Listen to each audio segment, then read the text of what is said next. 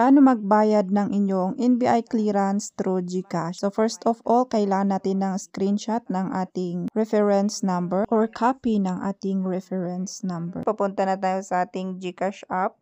Login lang tayo. Pupunta na tayo sa My Bills.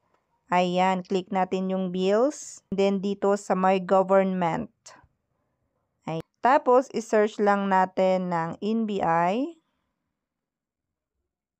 Ayan, NBI. And then, i-enter lang natin yung amount, 160 pesos. And then, yung reference number. Ayan, so fill up lang natin itong reference number, contact number, at saka email address. And then, next. Confirm lang natin.